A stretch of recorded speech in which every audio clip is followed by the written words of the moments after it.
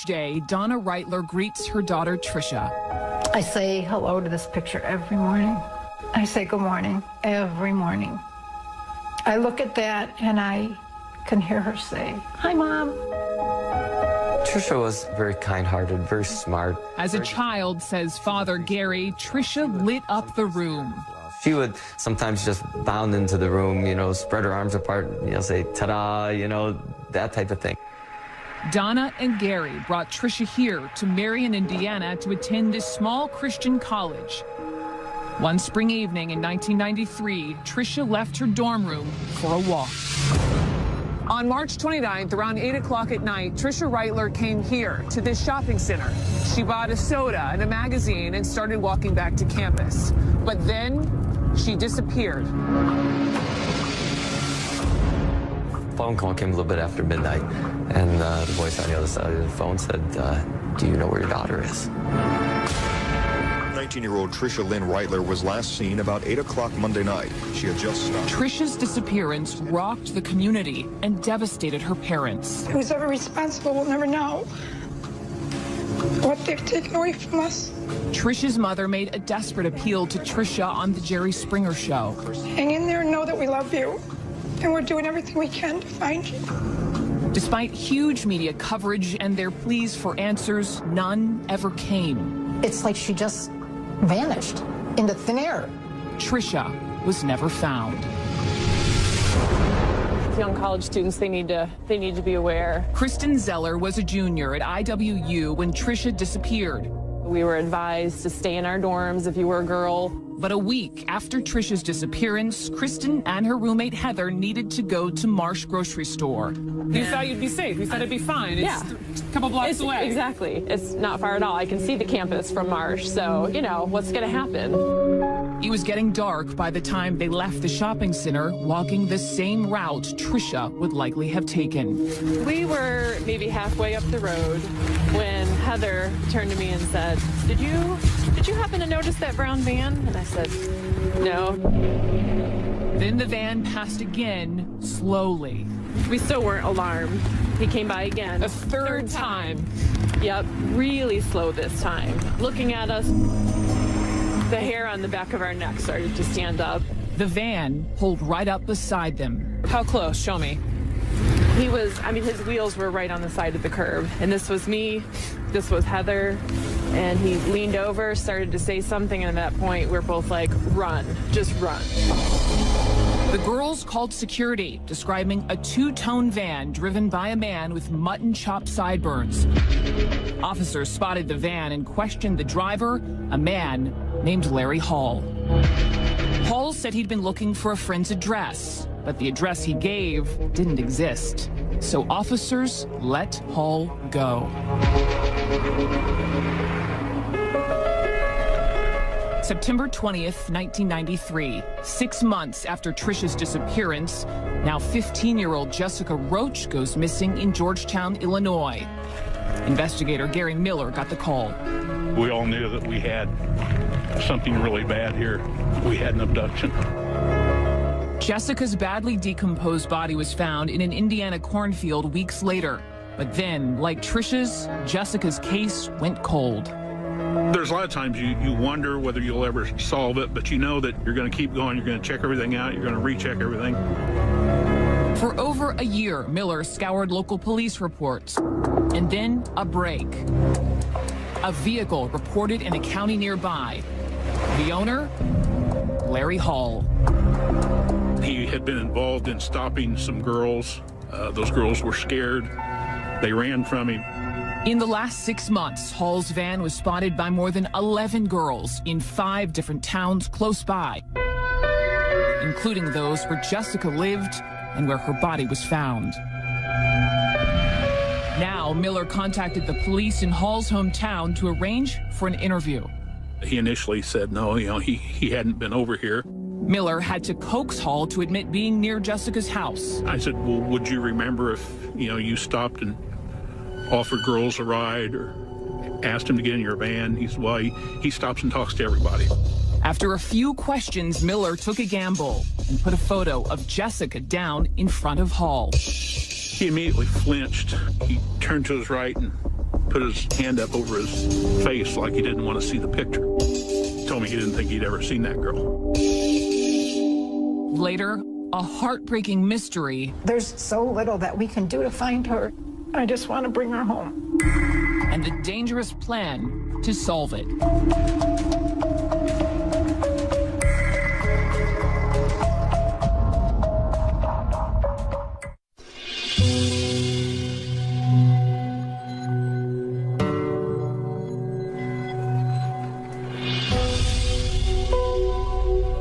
Larry Hall and his brother Gary had always been a little different. Look at you two little boys. Well, which one are you and which one's Larry? This would be me. Gary and Larry. In a rare recorded interview obtained by CNN, Larry Hall recounts a tough start. I know when I was born, my mother told me that I was blue, that I hadn't got enough oxygen to me or something. Identical twin sons growing up hard. In the Hall home, there was little money and lots of problems. Author Hillel Levin interviewed Larry Hall. It was a very cluttered household. They're raised with dysfunction. Neighbors say their mother was domineering. Their father drank and sometimes turned violent. He worked at the local cemetery. What was it like growing up next to a cemetery? Was it creepy? No, not at all. Not for me. You know, at 12 years of age, Larry and I started working at the cemetery. As he grew older, Larry had problems fitting in at school. He was always the backward twin. I was the more dominant, outgoing twin. He hung out with what my wife and I and a lot of fellow classmates called the misfits or the stinky crowd. Still, the boys were best friends. And as young men, Gary and Larry developed an unusual new hobby as Civil War reenactors. I met a lot of new friends during that time period, and I was able to travel around and meet them at the battlefields and go on tours and stuff. It was a lot of fun. Larry was hooked, even growing mutton chops from his hairline to his jowl. Though the reenactments helped Larry make friends, he still struggled with women. What was Larry like around young women growing up? Very awkward, quiet, backward. Did he ever talk to you about these urges? He reportedly says he had urges about women. Oh my gosh, it was absolutely, it was out of bounds. I had no idea. Jimmy Keene grew up 135 miles away in Kankakee, Illinois. He didn't know Larry Hall, and he had no idea that their worlds would someday collide.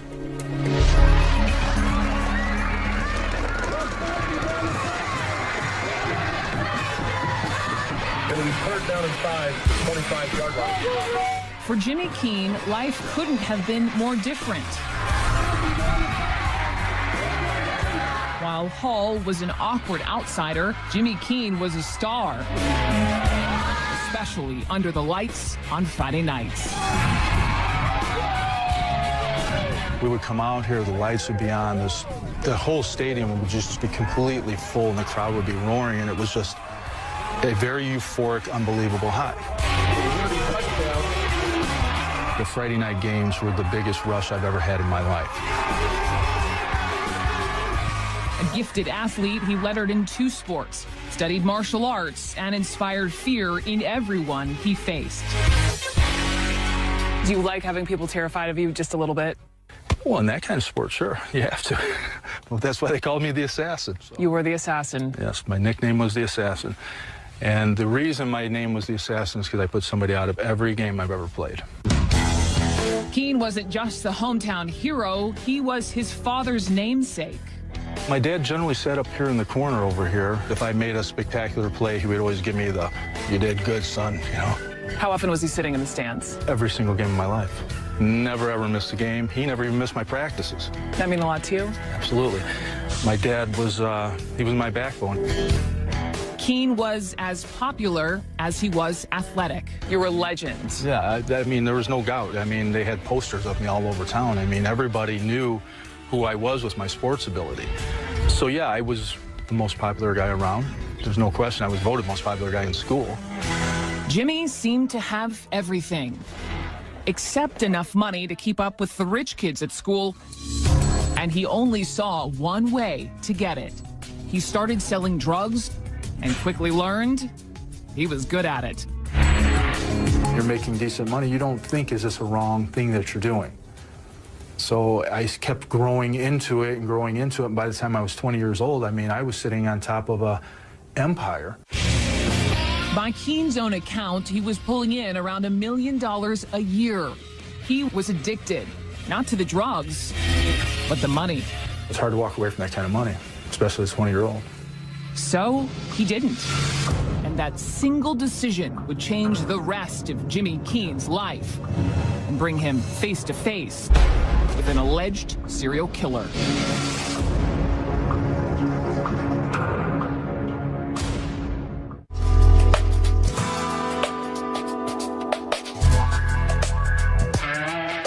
Your license plate, extra HP. Extra HP.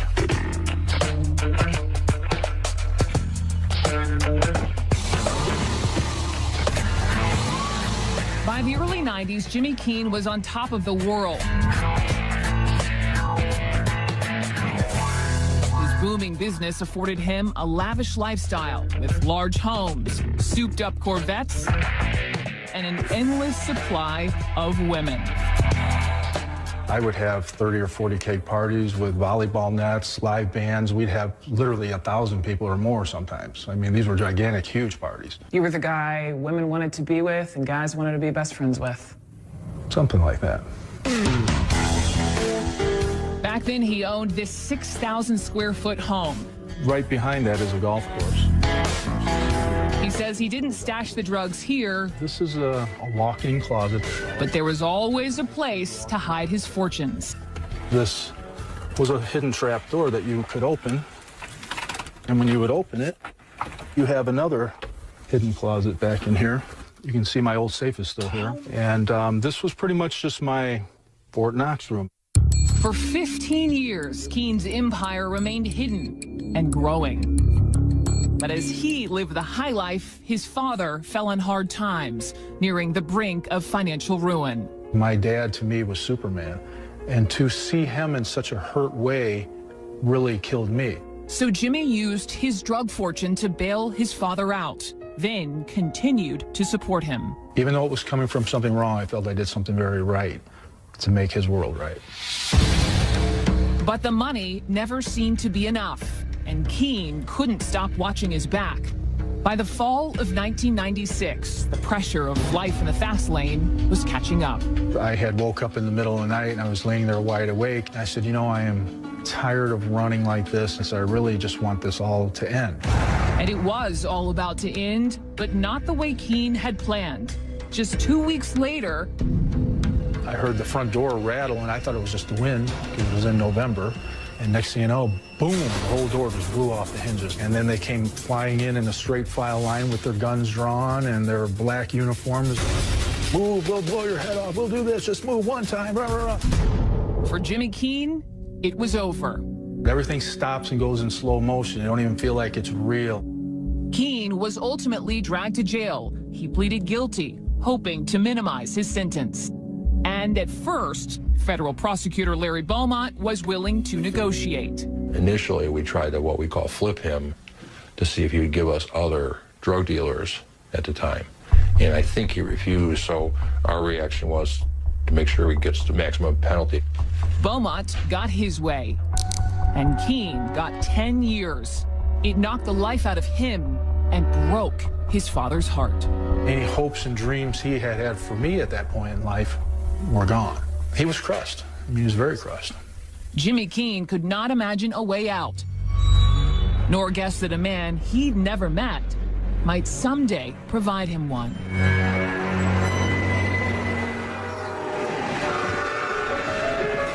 November 1994, Wabash, Indiana. It had been 2 weeks since Larry Hall recoiled from a photo of Jessica Roach. And investigator Gary Miller had a gut instinct. I really think we're onto something here. This guy portrays this weak, timid person, but, you know, I don't think he truly is. Miller thought Hall was vicious, and as the investigation unfolded, Miller also thought he knew how Hall abducted Jessica Roach.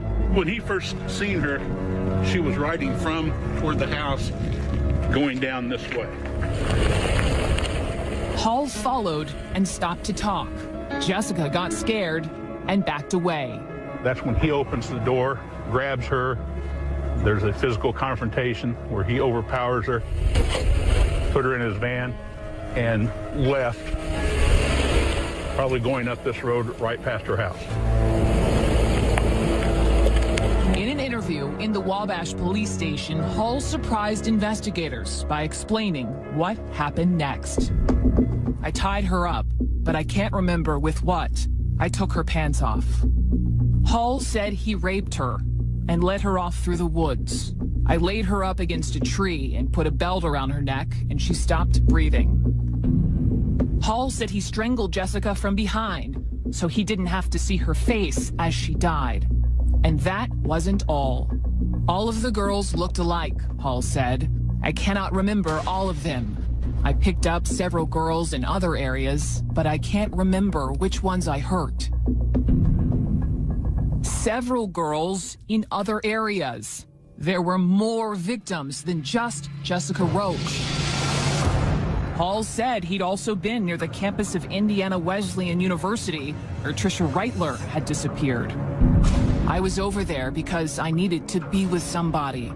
There was a small shopping center. I had a van. Hall said he raped and strangled a girl here too. Then he identified his victim by pointing to Tricia's picture. Tricia's disappearance had remained a mystery for 18 months. We were just kind of sitting on the sidelines waiting for information to come in. With little evidence and local police insisting on another suspect, Tricia's parents, Gary and Donna, still suffered. I know with each thing that came in, the urgency was great, and the heartache was great too, and the anticipation and the hope. Hall's confession meant the Reitlers might at last find their daughter, and that Gary Miller had found the killer of Jessica Roach. But the next day, Hall changed his story. As I was talking to him, he said, well, I was just telling you about my dreams. And that didn't really happen. He said it was just my dreams. And I said, well, Larry, that's not what you said. You said this had happened, and that, you know, you didn't like talking about it because you didn't like the things that you'd done, but you never mentioned it being a dream. But he stuck to his new story. Larry Hall was recanting everything.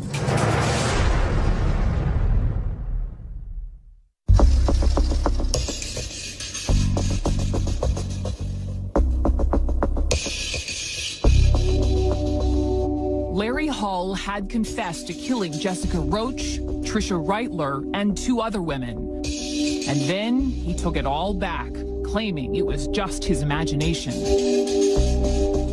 I did confess to certain policemen that I had dreams that I did things. But investigator Gary Miller had other evidence, like the witness who drove by this cornfield the night of Jessica's murder. That person testified he was absolutely sure that when he went by here on that night, there was a van, there was a guy coming from the cornfield getting his van. And a search of Hall's house and van revealed he'd been casing out small college towns and keeping suspicious notes. Seen joggers and bikers, many alone. Check colleges, parks, seen some prospects. Hall also made lists for the hardware store. Buy 2 more plastic tarps. Cover all floor and sides of van. And Hall wrote himself troubling instructions. No body contact. Buy condoms. Buy 2 more leather belts. Find one now. Amongst Hall's things, investigators found newspaper clippings about Roach and Reitler, possessions from other missing girls, and pornographic pictures Hall had. This program contains graphic material, including offensive language. Viewer discretion is advised. Altered. In those pictures, he had drawn what looked like a rope or a belt around the neck of one of the people, and on the left side of the mouth, he had drawn blood. Hall insisted it was all just staged to make a play for attention, to feel important to police. I put a bunch of stuff in that van that I drove around with because I knew they'd eventually search my van and find him. During Larry's trial, his twin brother Gary tried to provide him an alibi. Still, federal prosecutor Larry Beaumont got Hall convicted of kidnapping Jessica Roach. In the federal system, if you're guilty of a kidnapping, if that kidnapping resulted in a death, then under the sentencing guidelines, it's mandatory life term. The Jessica Roach case was over, but the disappearance of Tricia Reitler remained unsolved, and her parents, Gary and Donna, could not stop looking. We walked the sides of the roads. We walked the riverbeds. You know, we looked under the culverts. You know, we ended up going to crack houses because somebody had a lead. If you see something on the side of the road, a garbage bag, whatever, it's like, could that be her? It was just a horrendous crime to lose your daughter and never find out what the heck happened to her. Larry Beaumont kept looking too. Well, I actually made arrangements on a couple occasions to go out and look for the body. Beaumont called in specialized military and law enforcement units to search. But we weren't able to find it. So rather than give up, it occurred to me that obviously Larry Hall knew. Beaumont needed answers and turned to an unlikely source to get them. He needed someone to befriend Larry Hall, someone charismatic, someone on the inside. Larry Beaumont needed Jimmy Keene. Beaumont had sent both Keene and Hall to prison. Now he hatched a risky plan that would bring them together. Keene was 10 months into his sentence when Beaumont brought him in to talk. Scared me. I thought this was some trick. Keene watched nervously as Beaumont pushed a folder across the table. And I opened it up, and the first thing I seen was a picture of a mutilated dead girl. And I flipped the next page, and there was a different mutilated dead girl. And there was a portrait of Tricia Reitler. At that moment, I looked up at Beaumont, and he says, Jimmy, we need you to help us with this case. Beaumont wanted Keene to go undercover, to transfer from his low-security lockup to a dangerous prison, and to befriend alleged serial killer Larry Hall. He says, if you can get solid confessions from him, and if you can help us locate the bodies that are still missing, we're willing to completely wash your record. Keene's mission? To learn where Tricia Reitler was buried. The purpose of this operation was to find that body. Beaumont made it clear, no body, no early release.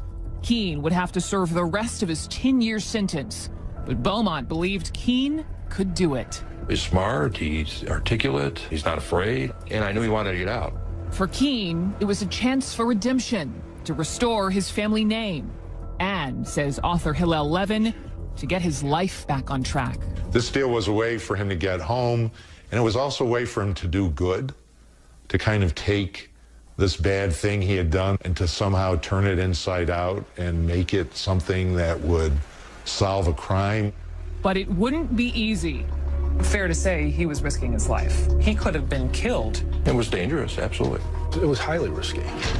These people in those type of places haven't got anything better to do but try to hurt you and kill you too. Keene was unsure, but a phone call home put his doubts to rest. Keene's stepmother said his father had suffered a stroke. She said, he's in really bad shape. We wish you were here. This is terrible that you're in a spot where you're in right now because we could lose him. Keene needed to get home to Kankakee fast, and there was only one way to make that happen. He had to face an alleged serial killer first. I just thought, you know what? However bizarre or how far out or whatever this mission that Beaumont wants me to go on, I'm going to do it.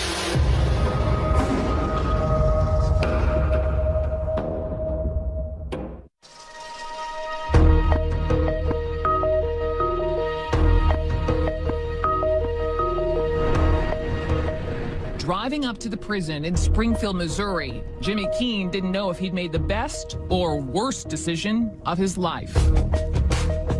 I started to get cold feet, and I looked at the U.S. Marshal and I said, listen, I said, you know, how do we know Beaumont's going to live up to his word? They all assured me he would. And I said, well, you know, I'm not really sure if I can do this. But there was no turning back, and he needed to prepare agents had warned him to be careful. We don't want you to approach him for at least 6 months because he's a very cagey individual. If he senses one thing wrong, he goes into his shell like a turtle and you'll never get him back out once he's in. But Keene didn't have time to wait. He needed to get home to his ailing father. So hours after becoming a Springfield inmate, he spotted Larry Hall and made his first move. I made it a point for us to bump shoulders together.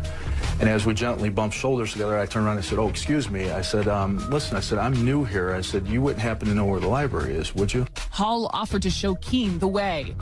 And I just reached over and I kind of slapped him on the shoulder and I said, "Thanks a lot. I appreciate that from a cool guy like you." Over the next week, Keene watched Hall's every move from his cell across the hall. And I walked up to him and I says, "Hey, this is where I'm at." I said, "Are you in this area here?" And he goes, "Yeah, I'm right there." You know, and he bugs his eyes out of his head. I said, "Well, that's great." I said, "You're right by me." I said, "You know what? I told you were a cool guy, and I'm glad that you're by me and all this and that." And that's when he basically offered sometime if I'd ever want to have breakfast with him and his friends. Keene was making progress, slowly gaining Hall's trust. But life at Springfield was complicated and dangerous. So Keene figured out a way to use violence to his advantage. It was a Saturday night, and Hall was in the TV room, mesmerized by an episode of America's Most Wanted about serial killers. Suddenly, another inmate approached the TV. And you could tell this guy had been in for a long time. He was a real big, buff guy. And he just walked up to the TV, looked at everybody in there, and he decided he was going to turn the TV channel. And he turned it. And I found this very interesting. Larry looked at me and very quietly mumbled under his breath. He goes, "Hey, I was watching that show."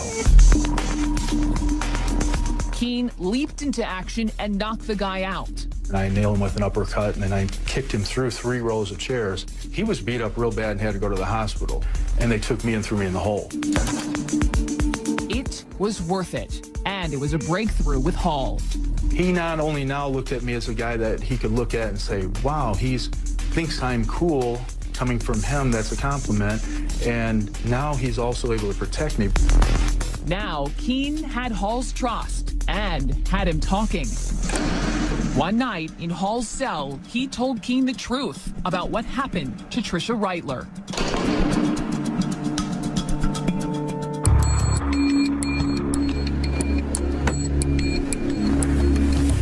But what Hall told Keene was different from what some investigators believed. It was his story along with some evidence that created a roadmap I wanted to follow to try to figure out what happened to Tricia Reitler. Tricia would have left this supermarket parking lot walking just a couple of blocks back to campus. Somewhere along this road, Hall told Keene he got Tricia into his van. When she fought off his advances, he says he choked her to keep her quiet. Hall told Keene he blacked out, and when he woke up, Tricia was naked and lifeless. Days after her disappearance, investigators found her blood-soaked clothes here, just 1 block from the supermarket. Hall's own notes indicate what might have happened next. Exactly 1 week after Tricia's disappearance, Hall wrote, "Cut out stained carpet, vacuumed van thoroughly, buy new hacksaw blades, clean all tools." Along with his notes was this address, 700 West Slocum. We're in the woods halfway between Marion and Wabash, and it is possible that somewhere out here that Tricia Reitler is buried. He said, so he got some lime together, he got a shovel, and he got a lantern, and he drove her way out into the woods, and he buried her out in the woods. He admitted to you that he buried her in the woods. Several times he's admitted that, yes. I basically made him feel like it was okay to tell me his secret. But Keene still needed the secret that would set him free, the exact location of Tricia's body. Weeks later, he thought he nailed it when he found Hall hovered over a map in the prison workshop. It was a map with red dots over Indiana, Illinois, and Wisconsin, and he covered it up really fast. Lined up at the edge of the map were a dozen wooden falcons. And I said, well, this is pretty cool. Did you make these?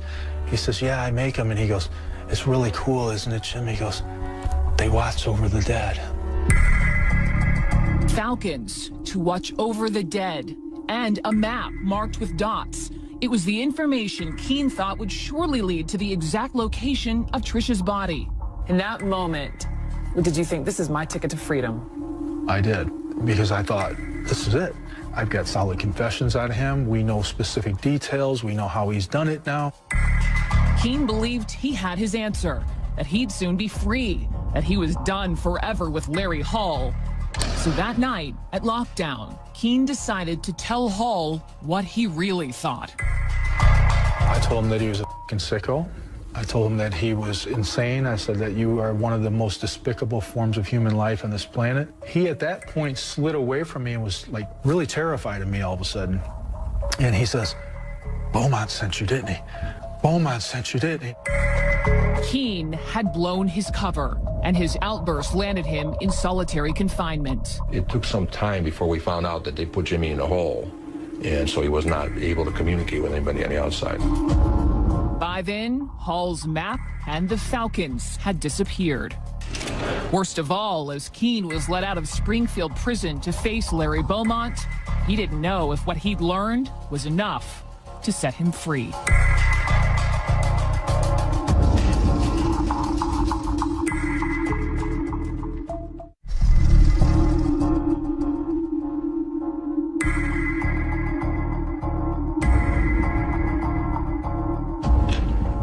During his months in Springfield, Jimmy Keene got Larry Hall to provide details about several murders Hall was suspected of committing, including Trisha Reitler's.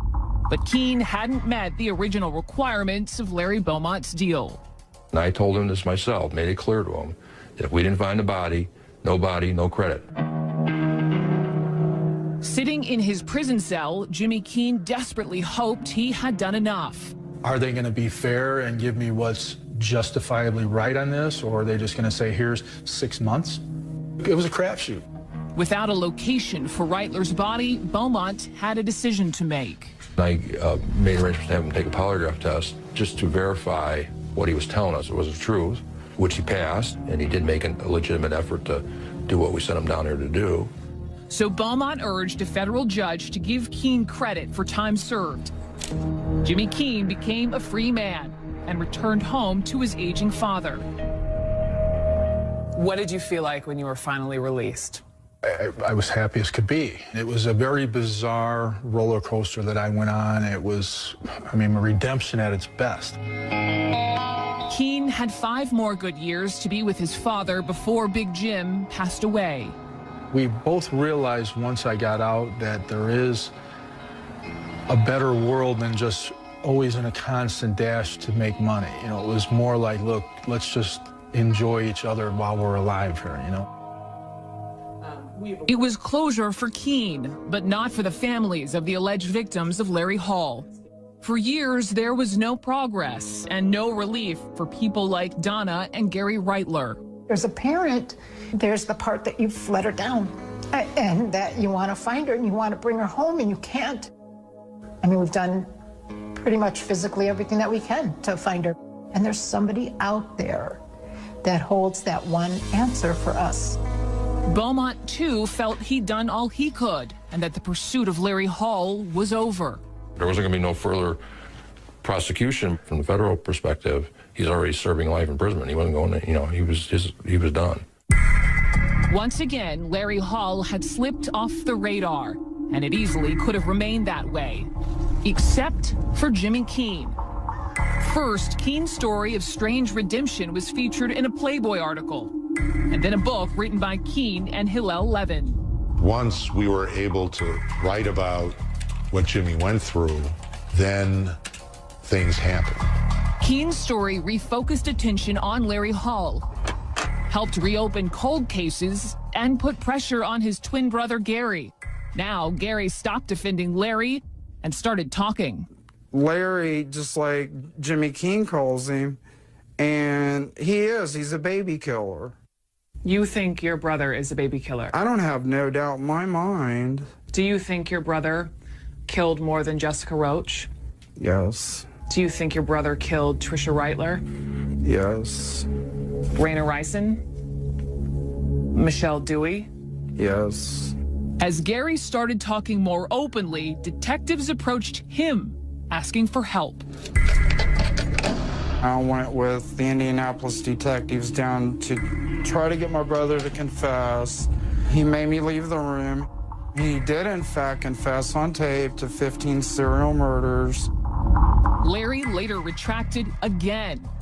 And while he can't ever seem to stick to one story, he does sometimes seem to have regrets. I didn't want to keep living my life the way I was living it. I wanted things to be different, you know, but I guess I didn't really do the right things to change the way my life was going. Larry Hall refused our request for an interview. He has never been charged with crimes against anyone other than Jessica Roach. But Keene's story has caused officials across the country to take another look at Hall. In November of 2010, investigators from the town of Menasha Police Department interviewed Mr. Hall at a federal prison in North Carolina. In that interview, Hall admitted murdering Lori DePease and provided clues about where to find her body. There's multiple agencies that are looking into him, reference their unsolved disappearances. Larry Hall may have had more victims than ever imagined. We understand it's even more extensive than we ever thought. Not 20, but maybe 30 to 40 in terms of the victims. That leaves 30 or 40 families still awaiting answers. Which is why, says Levin, it is critical that serial investigations do not stop. 2 decades after Tricia Reitler vanished, her father, Gary, now believes Larry Hall knows where to find her. I think if Larry knew what we go through on a daily basis, you know, wondering where she is, wondering what happened, I don't think he would have any choice to confess and let us know where she's buried. Donna Reitler is not as sure. Yeah, he confessed, he recanted. He confessed, he recanted. Without a body, it's just another possibility. More than anything else, they just want their daughter back. To have a place to lay her to rest, just to be able to sit and just talk to her. This program contains graphic material, including offensive language. Viewer discretion is advised.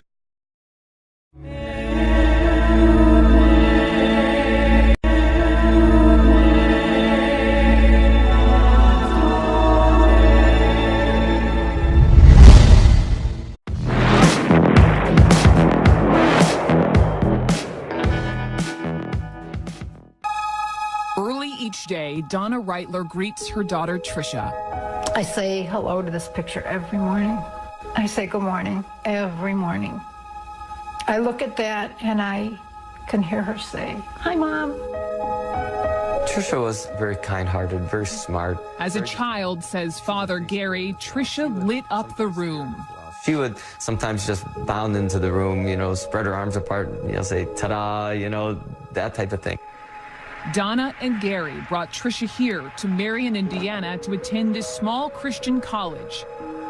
One spring evening in 1993, Tricia left her dorm room for a walk. On March 29th, around 8 o'clock at night, Tricia Reitler came here to this shopping center. She bought a soda and a magazine and started walking back to campus. But then she disappeared. Phone call came a little bit after midnight, and the voice on the other side of the phone said, do you know where your daughter is? 19-year-old Tricia Lynn Reitler was last seen about 8 o'clock Monday night. She had just stopped. Tricia's disappearance rocked the community and devastated her parents. Who's ever responsible will never know what they've taken away from us. Tricia's mother made a desperate appeal to Tricia on the Jerry Springer Show, and where her body was found. Now, Miller contacted the police in Hall's hometown to arrange for an interview. He initially said no, you know, he hadn't been over here. Miller had to coax Hall to admit being near Jessica's house. I said, well, would you remember if, you know, you stopped and offered girls a ride or asked him to get in your van? He said, well, he stops and talks to everybody. After a few questions, Miller took a gamble and put a photo of Jessica down in front of Hall. He immediately flinched. He turned to his right and put his hand up over his face like he didn't want to see the picture. Told me he didn't think he'd ever seen that girl. Later, a heartbreaking mystery. There's so little that we can do to find her. I just want to bring her home. And a dangerous plan to solve it.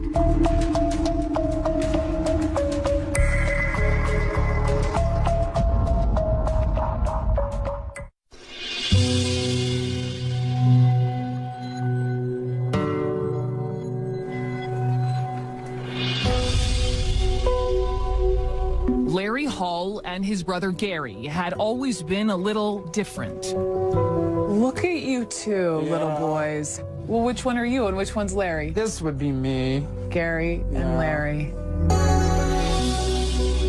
In a rare recorded interview obtained by CNN, Larry Hall recounts a tough start.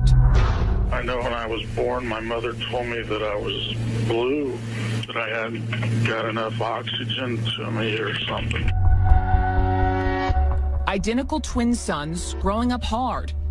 In the Hall home, there was little money and lots of problems. Author Hillel Levin interviewed Larry Hall. It was a very cluttered household. They're raised with dysfunction. Neighbors say their mother was domineering. Their father drank and sometimes turned violent. He worked at the local cemetery. What was it like growing up next to a cemetery? Was it creepy? No, not at all. Not for me. You know, at 12 years of age, Larry and I started working at the cemetery.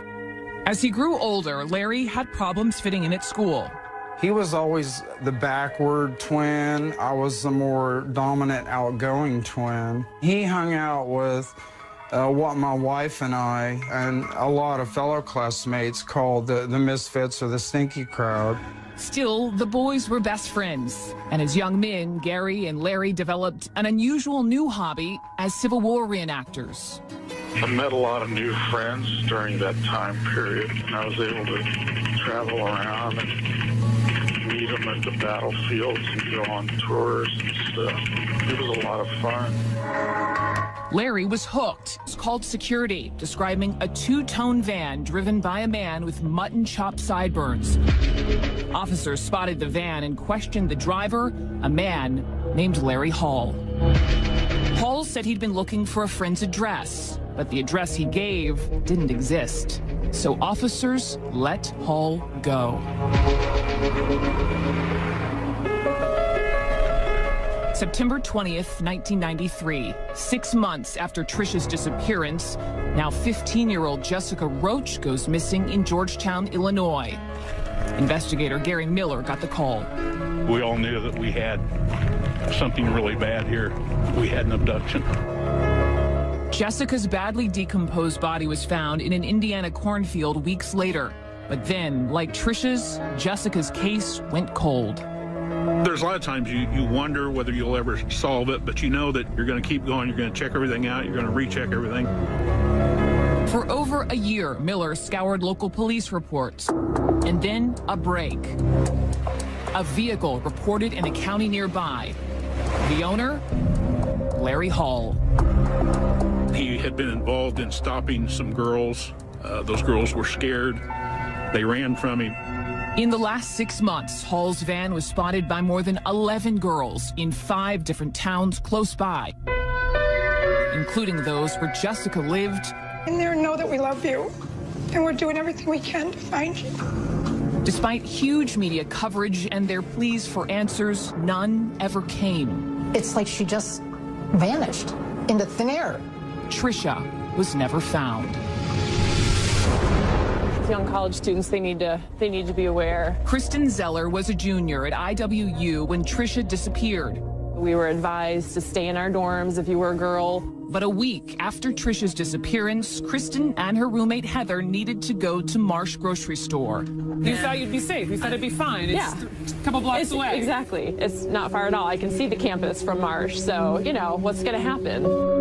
It was getting dark by the time they left the shopping center, walking the same route Tricia would likely have taken. We were maybe halfway up the road when Heather turned to me and said, Did you happen to notice that brown van? And I said, no. Then the van passed again, slowly. We still weren't alarmed. He came by again. A third time. Yep, really slow this time. Looking at us, the hair on the back of our neck started to stand up. The van pulled right up beside them. How close? Show me. His wheels were right on the side of the curb. And this was me, this was Heather, and he leaned over, started to say something, and at that point, we're both like, run, just run. The girls